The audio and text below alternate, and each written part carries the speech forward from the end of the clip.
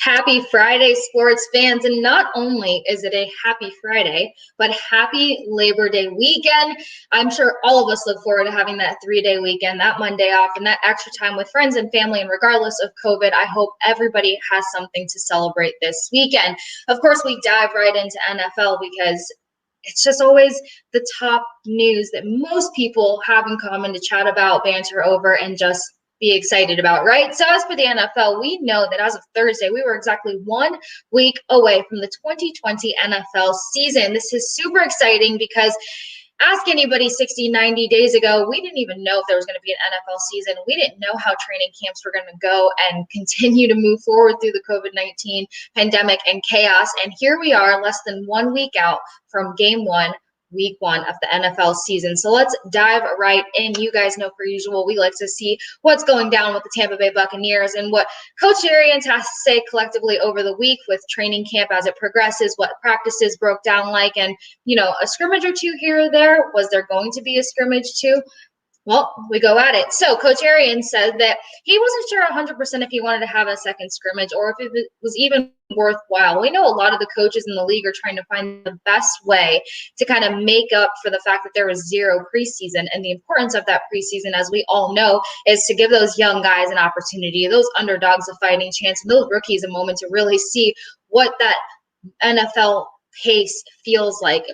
Most of the press conferences that we've done throughout the last couple of weeks when we've got an opportunity to talk to those rookies or those younger guys, they were saying how they were really looking forward to having a preseason to have that opportunity to feel out that new pace. But training camp alone has made them feel how much faster the NFL is in comparison to college. So, Coach Arians said, I really feel for those younger guys. It's hard because, you want to give them that chance and that opportunity. But in the same sense, you have to think of your season. You have to think of your veterans. You have to think of those guys who have been putting blood, sweat, and tears on the line for the past 2, 3, 4 seasons. And even though Coach Arians is going into his second year with the Bucs, he is very protective of his vets. He's one of the few coaches, if not one of the only coaches, that has a vets day off within the Bucs organization. So vets will have a full day off throughout the week to make sure they get that extra time to just recover, relax, and regroup. And most of the vets that we've spoken to say they absolutely love it.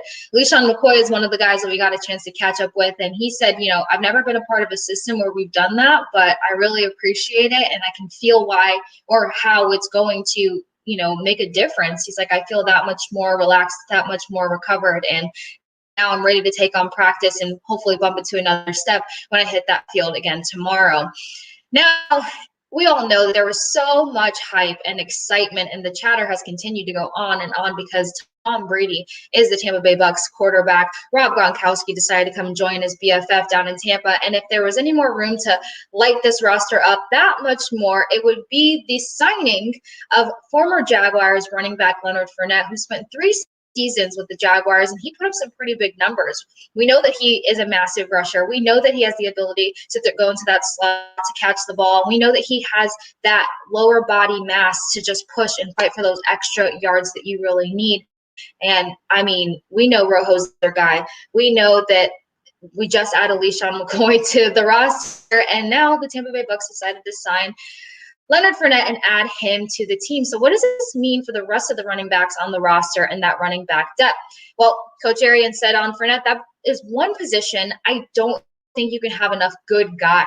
That's one area where nicks and bruises really add up. And when a player of that caliber can be added to your roster, you can just have, impeccable depth, and he'll fit right into this Buccaneer system.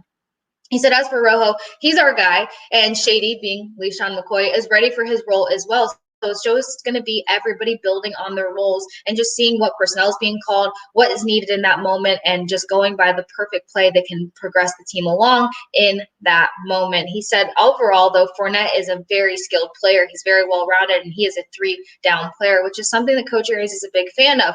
So he'll fit right in with the rest of the group and add outstanding depth, according to Coach Arians.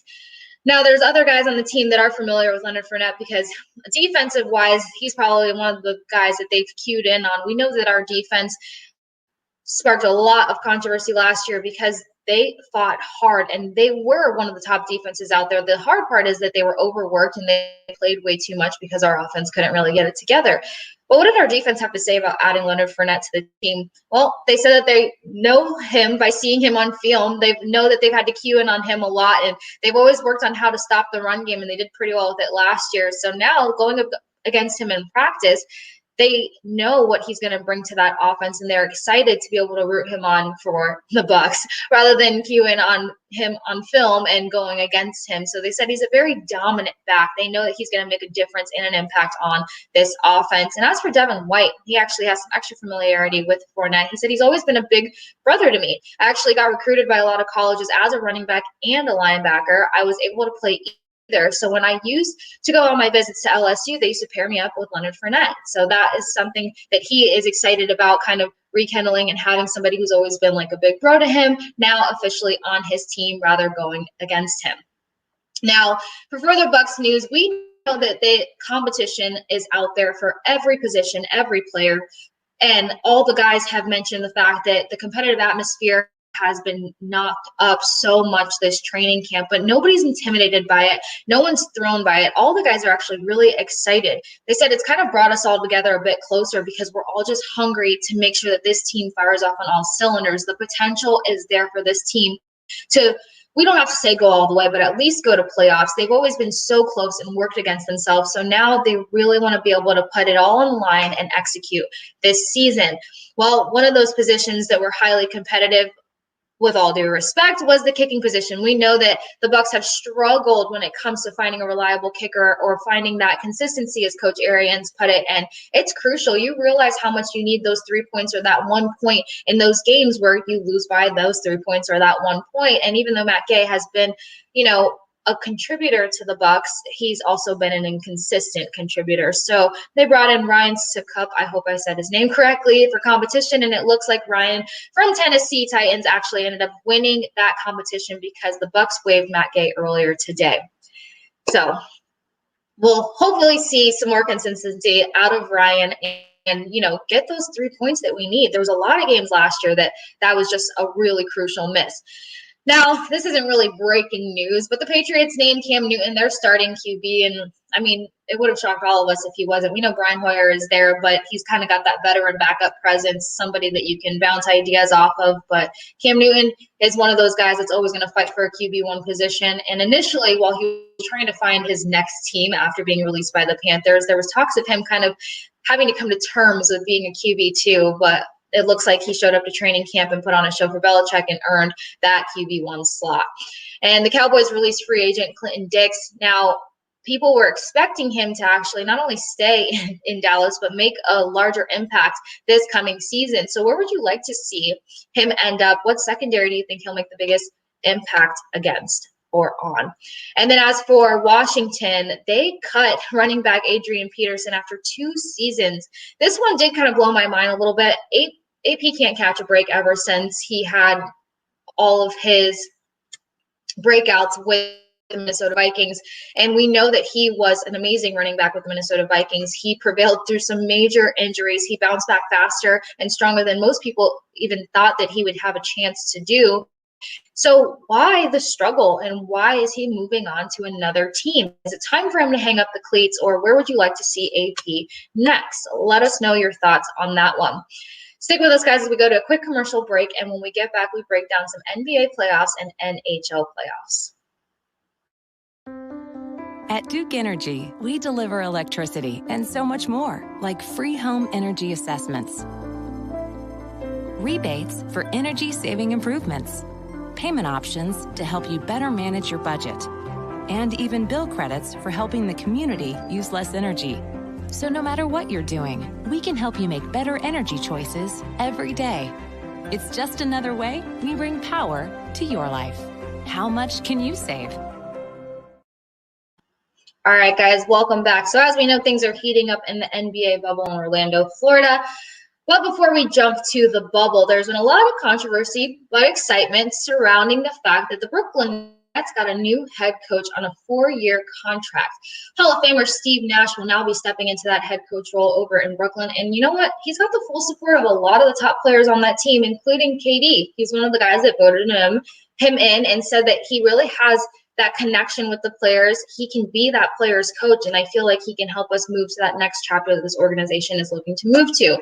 Yet, people were kind of coming down to the fact that Nash has no coaching experience. And how did he end up earning that position over other qualified coaches? Well, when the players have a big enough say to who they want to come in and orchestrate that team and, get them to a playoffs and beyond, you kind of have to think that there's something there worth exploring. Now, some people were even saying, is it worth a 4-year contract? Where Steve Kerr, he didn't really have much experience, and he signed in on a 5-year contract. So let us know your thoughts about Steve Nash now heading up the Brooklyn Nets. And what do you guys think the Brooklyn Nets will look like this coming season? How much of a help will he actually be to getting this team to finally move a little further than they have in the past couple seasons?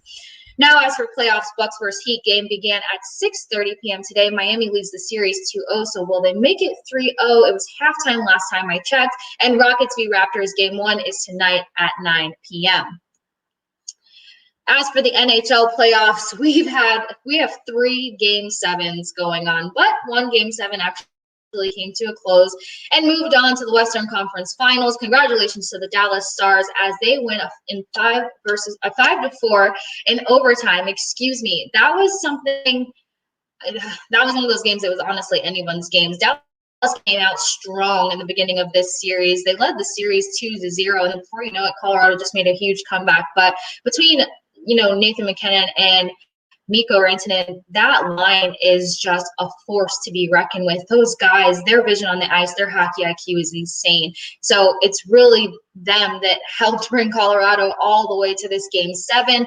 But unfortunately, they just fell a little bit short between, Dallas has Bishop in the net. And if you guys recognize Ben Bishop, although he's in green and white, he was the Tampa Bay Lightning's goalie who helped the Tampa Bay Lightning get to many playoffs and a Stanley Cup playoffs as well. So that doesn't shock us too much. We know Bishop has an extensive resume. He is an amazing goalie, and he helped them pull it through tonight. So they will be heading off to the Western Conference Finals, which will take place in Edmonton, which they already reside in their bubble. But who will they face in the Western Conference Finals? Well, the Vegas Golden Knights and Vancouver Canucks, they take on their Game 7 tonight at 9 o'clock, which will be starting here shortly. And then we need an opponent. Tampa Bay needs to figure out who they're going to be playing in the Eastern Conference Finals. And finally, we will figure out who that will be tomorrow at 7:30 as the New York Islanders and the Philadelphia Flyers meet head-to-head for a Game 7 to finally find a contender for the Bolts.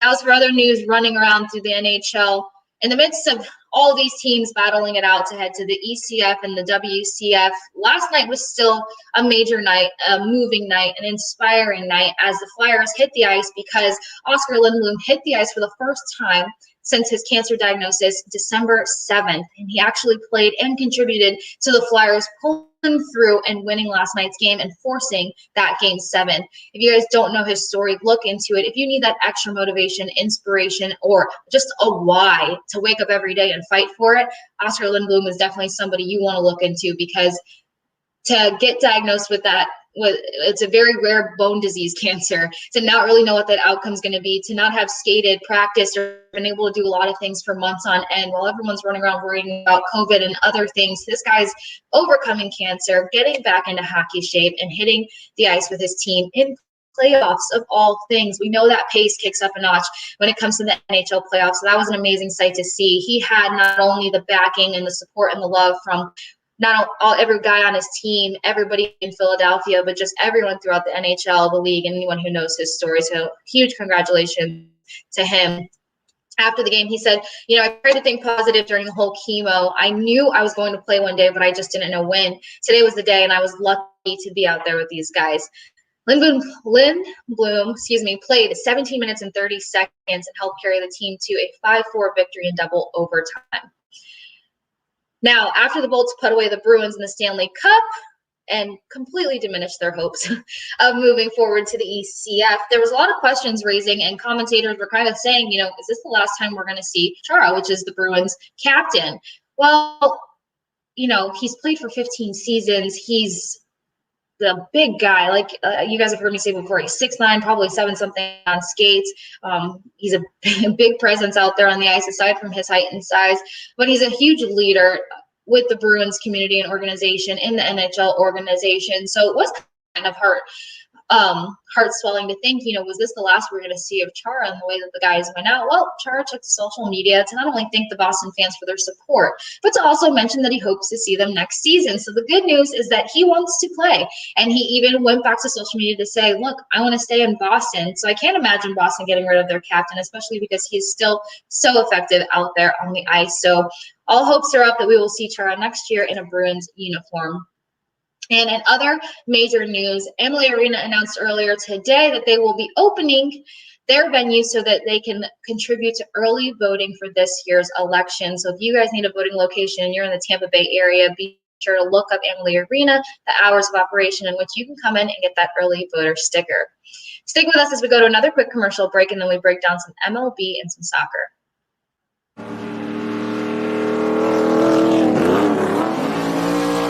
One of the things I love about Bass Pro is they have 3 great ways to shop. You can head into one of their awesome stores, visit BassPro.com, or get great gear from that catalog Johnny Morris sends out.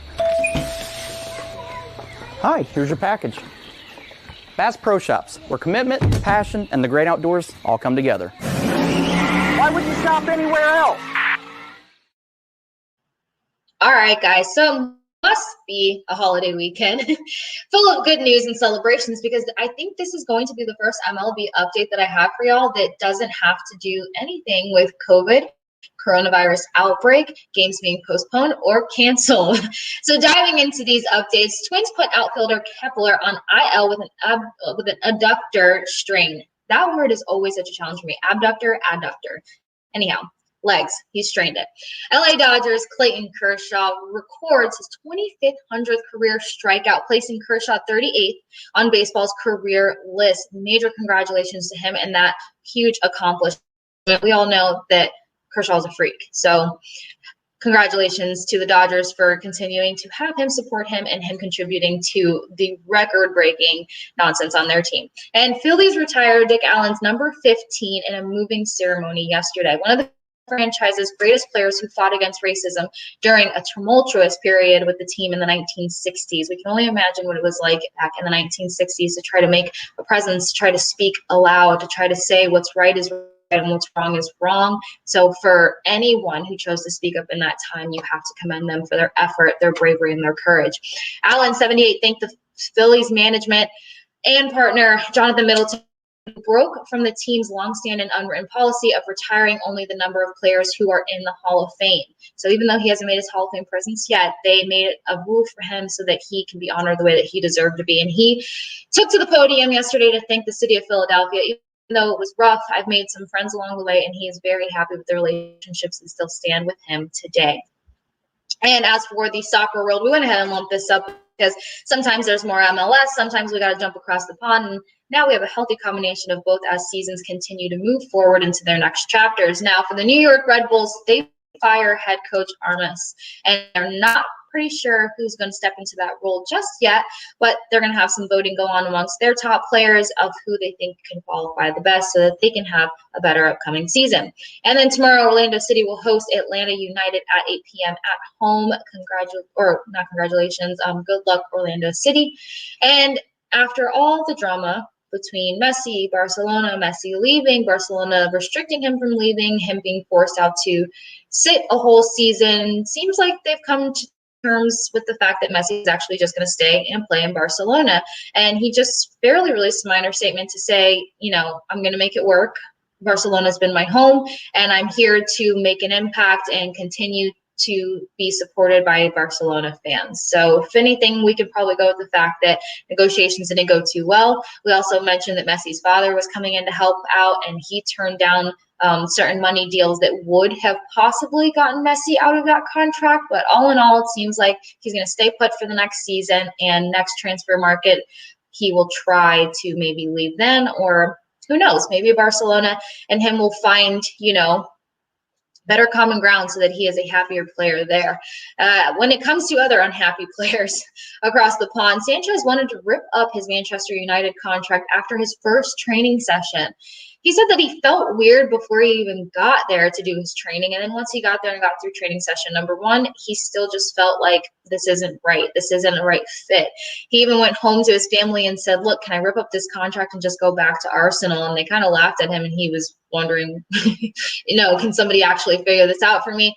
Anyhow, even after a few months, things still did not feel right with Sanchez, and I'm sure that the Manchester United staff picked up on that because United has decided to end Sanchez's contract 2 years early to facilitate a free transfer move to Inter Milan. So he will finally be free to move forward and shake off that nasty feeling that he's been feeling from the get-go. Let's just say when you know, and he knew all along he didn't particularly belong at Manchester United. I would have been happy to see him go back to Arsenal, but what do I know? I don't sign contracts. But like I said at the top of the segment, this is Labor Day weekend. So I hope everyone has a safe, amazing time. I hope you get time with your family, time with your friends, and if nothing else, at least time to yourself to relax, unwind, and just take it all in. We move forward into another week, but an amazing week because NFL is back. NHL playoffs are picking up. NBA playoffs are picking up. The U.S. Open for tennis is taking off. We have a lot to be excited about and thankful for. So per usual, guys, stay safe, stay sane, stay kind, stay compassionate, wear your mask, and we'll catch you guys next week, Tuesday